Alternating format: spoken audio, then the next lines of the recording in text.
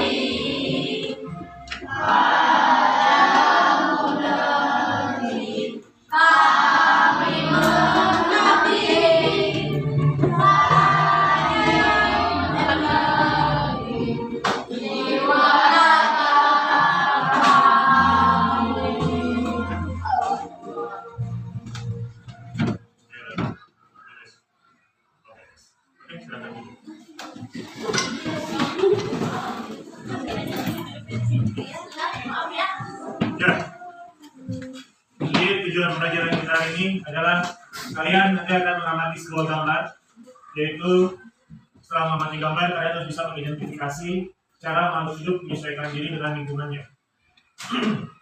Dan yang kedua, kalian juga masih mengamati harus bisa menganalisis cara makhluk hidup menyesuaikan diri dengan lingkungannya. Setelah mengidentifikasi, kalian menganalisis. Setelah menganalisis, kalian nanti akan menyajikan sebuah karya yang ada di dalam LKPD tentang cara makhluk hidup menyesuaikan diri dengan lingkungannya. Dan selanjutnya kalian membaca. Dengan kegiatan membaca, kalian harus bisa menggali informasi penting dari buku sejarah. Nanti ada kegiatan membaca sejarah di buku tema. Menggunakan aspek apa, di mana, kapan, siapa, mengapa, dan bagaimana ya. Dan yang kedua juga setelah menggali, menganalisis informasi penting juga. Setelah menganalisis informasi penting, juga kalian harus bisa menyajikan informasinya dengan menggunakan konsep apa, di mana, bagaimana, kapan, dan siapa ya, seperti itu. Jadi dengan konsep ini kalian harus bisa menggali, menganalisis berbagai macam informasi dalam sebuah buku bacaan. Nah, sebelumnya kan kita juga sudah belajar tentang bagaimana cara makhluk hidup bisa beradaptasi dengan lingkungannya. Kalian juga sudah mempelajari itu dibaca. Nah sekarang ada tumbuhan yang ingin bakal diperlihatkan sama kamu. Kira-kira ini tumbuhan apa ya? Ya. Jadi petunjuknya ini sering jadi sayuran.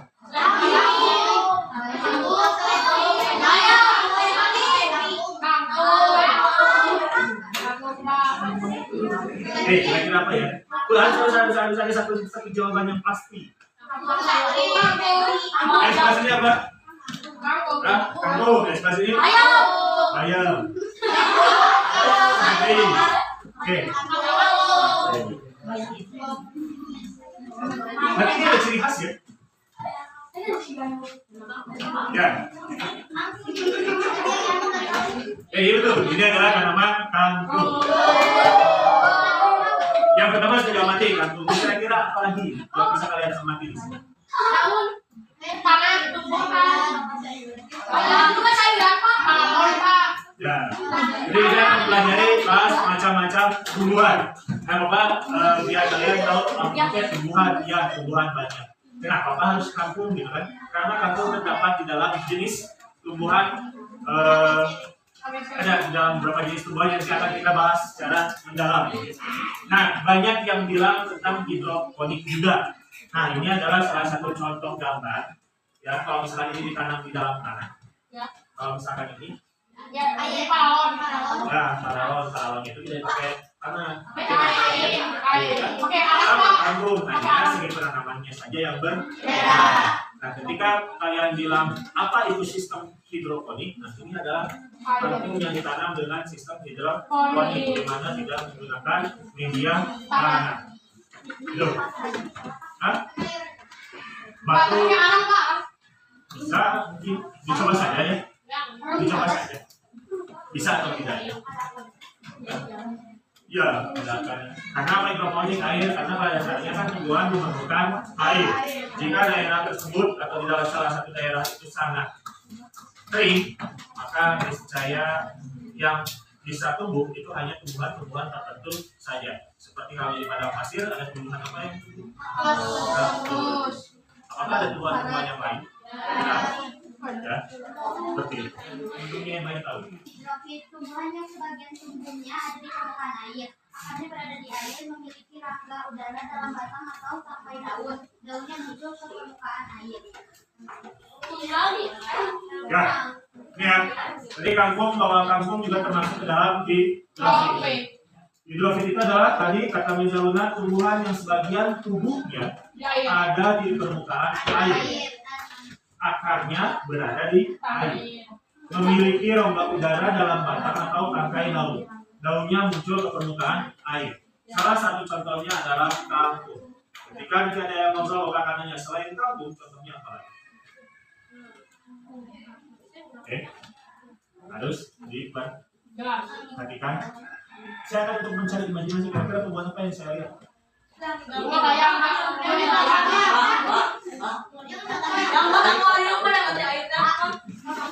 Aceng gondok Pak, aceng gondok.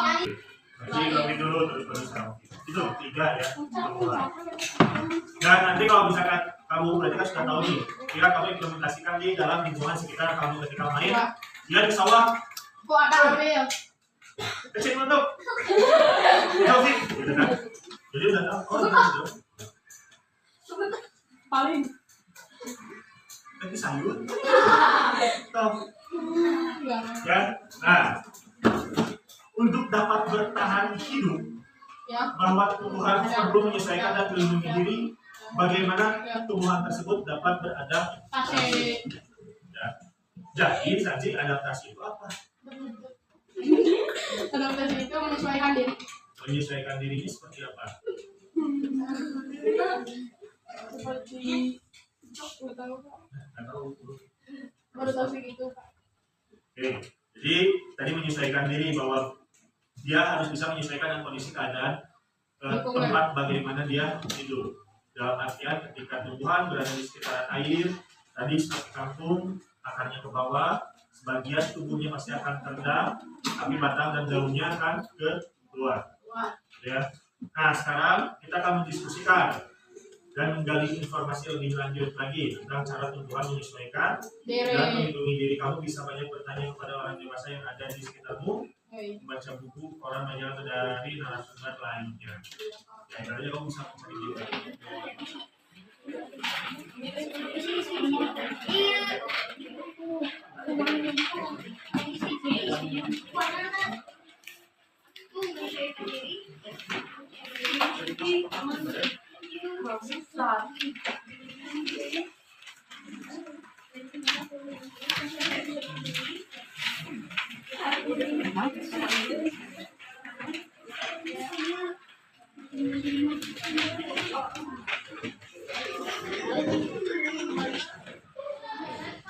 Ya, sudah beres, diperiksa kembali. Yang belum boleh dikerjakan dulu ya. Belum Pak.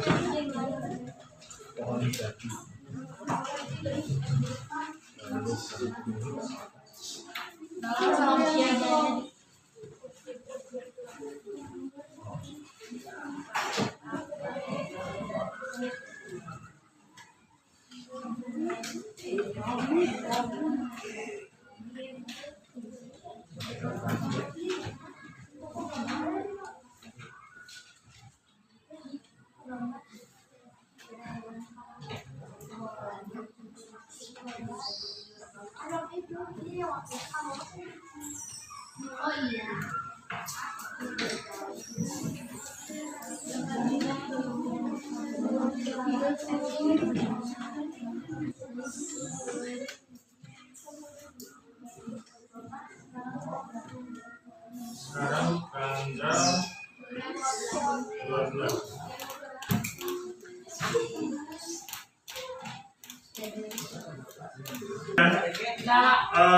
Silakan salah satu teman Bapak tunjuk, coba Caesar untuk menginformasikan, presentasikan hasil dari apa yang Caesar.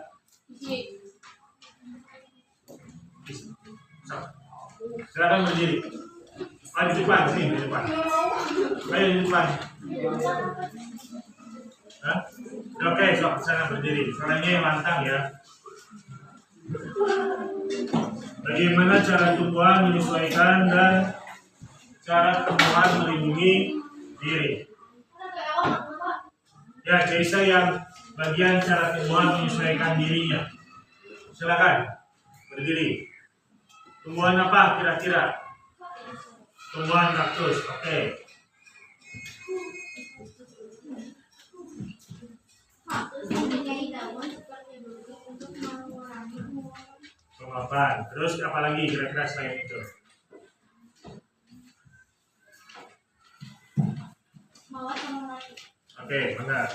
Mawar melati mempunyai bunga dengan warna yang mencolok dan daun yang khas untuk menghasilkan dari rambut. Oke, terus?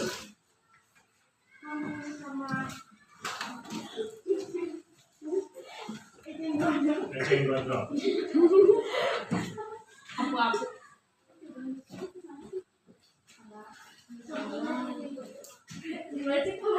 Yang apa Pak eceng gondok? Eceng gondok. Yang rongga. Sebagai tempat keluar masuk udara. Matahari mempunyai daun lebar dan Oke, itu ya. Bagaimana cara tumbuhan menyesuaikan diri? Ada kaktus, dia menyesuaikan diri dengan kondisi lingkungan di gurun. Dengan bagaimana? Dengan mempunyai duri-duri agar tidak terlalu banyak penguapan air. Ya, pori-porinya juga mengecil. Kan kamu lihat kaktus tidak ada daunnya kan? Seperti itu. Nah, terus selanjutnya coba Luna tentang cara tumbuhan melindungi diri. bambu mempunyai rambut-rambut halus yang bisa menyebabkan gatal. Salak mempunyai duri untuk melindungi diri. Mawar mempunyai duri untuk melindungi diri. Pohon nangka mengeluarkan getah saat terancam. Pohon mahoni mempunyai rasa pahit untuk melindungi diri. Pohon karet mengeluarkan getah saat terancam. Oke, ya. Jadi itu perlindungan dirinya, bahwa ketika bunga mawar itu kan di batangnya ada duri-duri ya, dari sana berfungsi untuk melindungi dirinya. Terus ada pohon jati juga ya, cara menyesuaikan tumbuhan melindungi diri. Pohon jati itu ketika musim kemarau dia lebih banyak apa? Menggugurkan daun-daunnya agar tidak terlalu banyak penguapan. Seperti itu ya. Nah, itu adalah tumbuhan. Bagaimana tumbuhan itu juga harus kita lindungi, harus kita sayangi, bahwa tumbuhan itu adalah makhluk hidup ya. Nah, di dalam tumbuhan juga kita harus bisa merasakan rasa persatuan dan kesatuan. Nah, di sini ada bacaan mengenai tentang proklamasi kemerdekaan. Ya, proklamasi kemerdekaan. Silakan untuk paragraf pertama dari sini oleh Randi dibaca.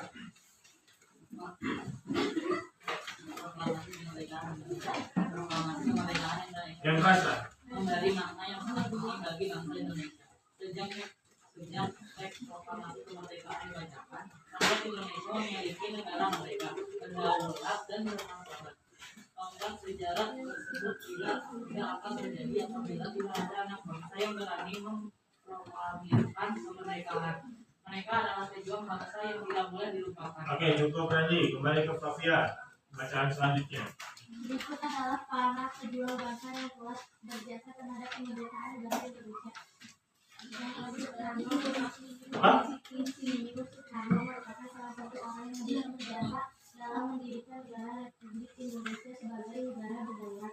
Bung Karno lahir di Blitar, Jawa Timur 6 Juli 1901 dan meninggal di Jakarta 21 Juni 1970. Bung Karno menyusun konsep teks proklamasi di rumah Laksamana Tadapi Maeda bersama Bung Hatta dan Ahmad Subarjo. Oke, cukup, Alfian. Ia kemudian menandatangani teks proklamasi atas nama bangsa Indonesia bersama Bung Hatta. Bung Karno membaca teks proklamasi kemerdekaan Indonesia di kediamannya di Jalan Pegangsaan Timur No. 5 Jakarta. Cukup, Ayas. RS Muhammad Dr. Randes. Dr. Randes. Dr. Randes Dr. Randes. Haji.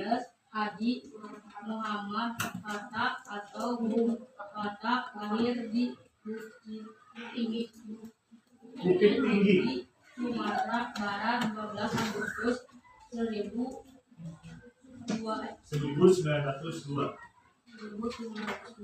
Beliau wafat di Jakarta 4 Maret 14 Maret. 14 Maret Iya. ya.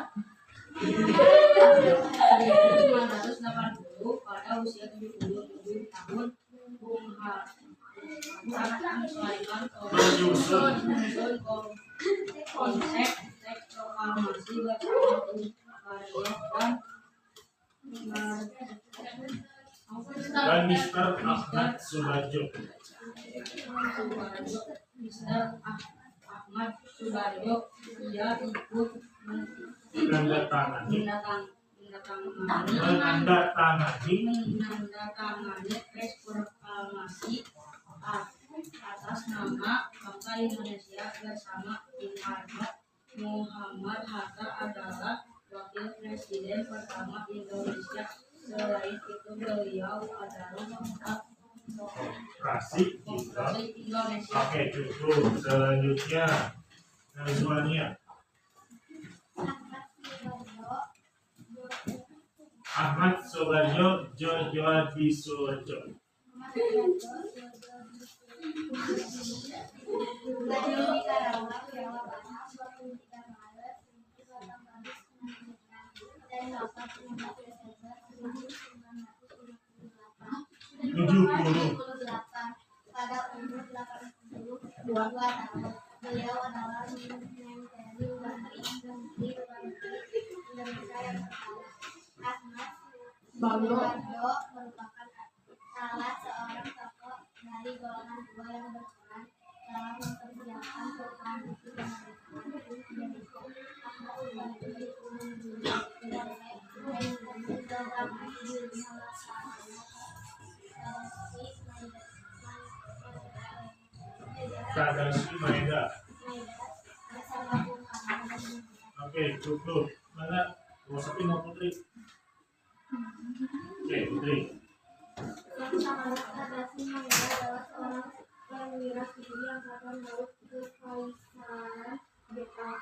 Beliau membantu persiapan konsep teks proklamasi kemerdekaan dan mempersilahkan umatnya untuk kegiatan yang sangat penting. Umatnya berkumpul para tokoh bangsa yang berjasa besar. Walaupun beliau orang Jepang, beliau rela membantu Indonesia karena simpati terhadap rakyat Indonesia. Oke. Ya. Alif. Soekarno lahir di Blitar, Jawa Timur 14 Juli 1916. Beliau wafat di Jakarta 7 Mei 1971 pada usia 54 tahun. Nama lengkapnya adalah Soekarno Hattoyudilo. Soekarno adalah salah seorang tokoh pemuda dan pejuang yang ingin melawan penjajah. Soekarno mengusulkan agar yang menandatangani teks proklamasi adalah Bung Karno dan Bung Hatta nama bangsa Indonesia. Oke, bro. Kembali ke topik ya.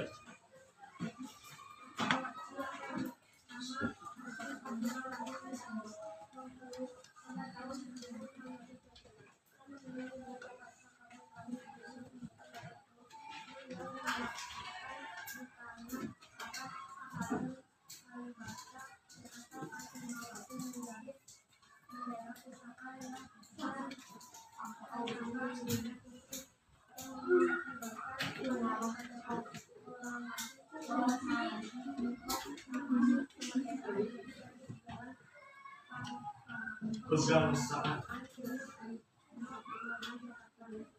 Oke, Tasya. Terakhir. Teks proklamasi kemerdekaan diketik oleh Sayuti Melik. Sayuti Melik adalah tokoh pemuda yang juga sangat berperan dalam proklamasi kemerdekaan Indonesia. Sayuti Melik mengetik naskah proklamasi setelah disempurnakan dari tulisan tangan Bung Karno. Oke. Ya, ketika kalian lihat yang pertama Bapak Presiden pertama kita Insinyur Soekarno, atau lebih dikenal lebih apa? Lebih banyak orang mendengar itu adalah Bung Karno. Ya. Kalau tidak ada beliau, kita bukan tidak ada Indonesia ada gitu. Cuma mungkin konsepnya bahwa kita belum bisa merdeka. Dan kamu juga ada tambahan ilmu bahwa Bapak Koperasi Indonesia itu adalah Bung Hatta atau Muhammad Hatta. Jadi kalau ditanya siapa Bapak Koperasi Indonesia, ya ini jawabannya. Kalau Bapak Pendidikan Indonesia, Yang waktu itu Pak Andi. Bapak yang waktu itu kan ya, Bukan yang antara. Nah, kalau misalkan kita banyak mendengar bahwa persiapan kemerdekaan Indonesia itu dilaksanakan di rumah Etnan Laksamana Narasi Maeda, itu kamu sudah lihat fotonya. Ini, itu fotonya. Ya, ini foto jadul. Oh ini, mohon maaf, bukan ini fotonya. Oh ini mah Bapak nama Subarjo Jojo Suerjo. Ya, sebagai Bapak Menteri Luar Negeri Indonesia yang pertama. Bukan. Ya, ada si Medan. Nah, kalau di bawahnya baru itu orang. Pak, fotonya seperti itu ya, Pak. Belum, fotonya foto dulu. Nah, nih. Ini adalah Soekarni. Ya, ini adalah tokoh pemuda dan pejuang yang ingin melawan penjajah. Ya.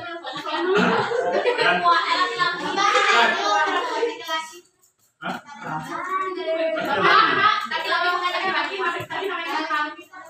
Iya, kan nama itu ibaratnya Soekarni pun bisa dikatakan bisa dipakai mati lah. Kita buktinya ini ada nama Soekarni. Yang paling bawah mirip Joko ya. Ya. Nah, ini kita lahir dia banyak berjuang melawan penjajah. Ya. Nah, yang ini ada Ibu Fatma. Ya, istrinya Presiden pertama. Ini, hah? Ada 5. Bapak kurang tahu. Ya. Hah? Bapak kurang tahu. 8. Masalah itu. Kenapa informasi itu kalau misalkan disiapkan terus kamu percayai terus disebarkan padahal itu adalah sebuah hal yang belum tentu ada kepastiannya, tapi dikatakan bahwa itu adalah hoax. Biarkan pemerintah yang memberikan pernyataan. Ini Ibu Fatma ini adalah yang menjadi bendera pusaka saksaka merah putih yang dikibarkan pada upacara proklamasi. Walaupun mungkin sekarang bendera aslinya itu tidak dikibarkan kembali karena kondisi keadaan apa sudah bukan lapuk lah dulu sudah sedikit rusak. Di sana presidenan. Ya, dan ini teks yang memetik teks proklamasi yaitu Sayuti Melik. Laki-laki. Kemerdekaan Indonesia didasari dari kata apa, mengapa, siapa, bagaimana, kapan, dan di mana. Seperti itu ya.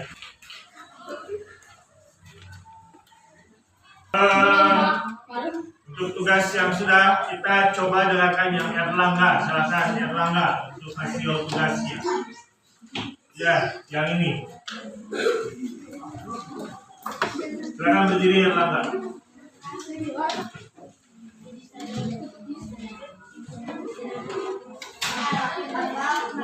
Yang keras.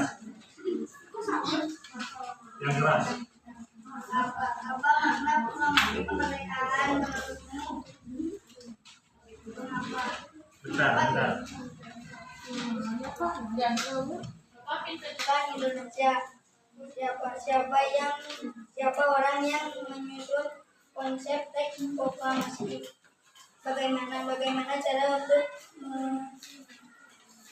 menyenangkan para pahlawan Indonesia?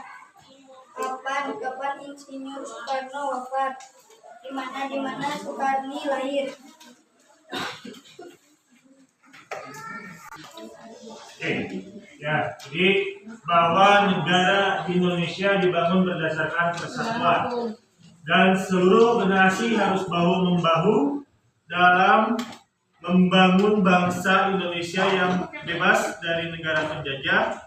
Nah, sekarang kamu harus bisa membayangkan apa yang terjadi apabila saat itu mereka tidak bersatu. Tidak bisa menang. Ya, makanya kalau kamu juga tidak bersatu, ya ibaratnya tetap terpecah belah. Tidak bisa. Kalau kamu bersatu, ibaratnya nanti kamu pasti akan kuat seperti itu. Nah, tulis soalnya langsung dengan isinya. Oke.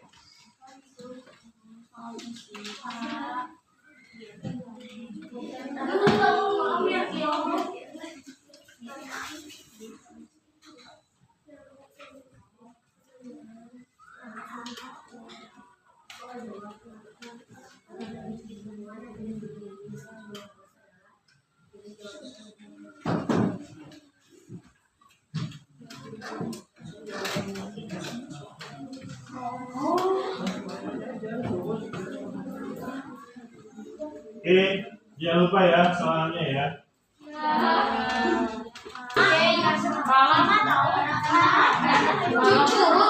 Oke, itu ya. Alhamdulillah pembelajaran kita telah selesai. Bahwa kita tinggal merenungkan. Setelah belajar hari ini, kalian harus bisa mencoba untuk memaparkan. Yang pertama adalah hal apa yang paling menarik yang kamu pelajari hari ini? Kira-kira siapa yang mau mengungkapkan? Apa Pak? Hal apa yang paling menarik? Ya? Tentang beradaptasi tumbuhan. Mengapa? Karena menarik. Karena kita kira-kira apa, Ci? Menambah ilmu. Menambah ilmu, terus apa lagi? Kira-kira yang lain, coba. Memahami apa? Tentang makhluk hidup. Apakah ada hal yang masih membingungkan? Ada. Apa? Tentang tumbuhan. Kira-kira apa? Silakan nanti kalau misalkan ada yang masih bingung, dicoba dituliskan dalam sebuah pertanyaan. Ya. Jadi kita bahas bersama-sama. Oke, apa yang akan kamu lakukan di sekolah terkait semangat persatuan? Bekerja sama teman. Di perasaan kita hari ini, gimana perasaannya? Oke, senang ya. Bu, Senyum Pak, senyum. senang hari ini. Hari pertama kita belajar, kita sudah mendapatkan ilmu yang baru dan banyak, alhamdulillah. Nanti kalian bisa untuk mencoba mencari-cari informasi lagi di sekitaran lingkungan rumah. Dan jika ada hal-hal yang masih belum dipahami, masih bingung, tapi hari ini tidak tahu pertanyaan apa yang ingin disampaikan, boleh nanti kalian tulis di rumah. Kapan? Besok bisa disampaikan kembali. Baik, besok Pak aku mau tanya. Ya, oke, berarti alhamdulillah pelajaran kita sudah selesai hari ini. Ya, oke. Wassalamualaikum warahmatullahi wabarakatuh. Waalaikumsalam warahmatullahi wabarakatuh. Assalamualaikum. Bye. Oke, tepuk tangan buat kita semua.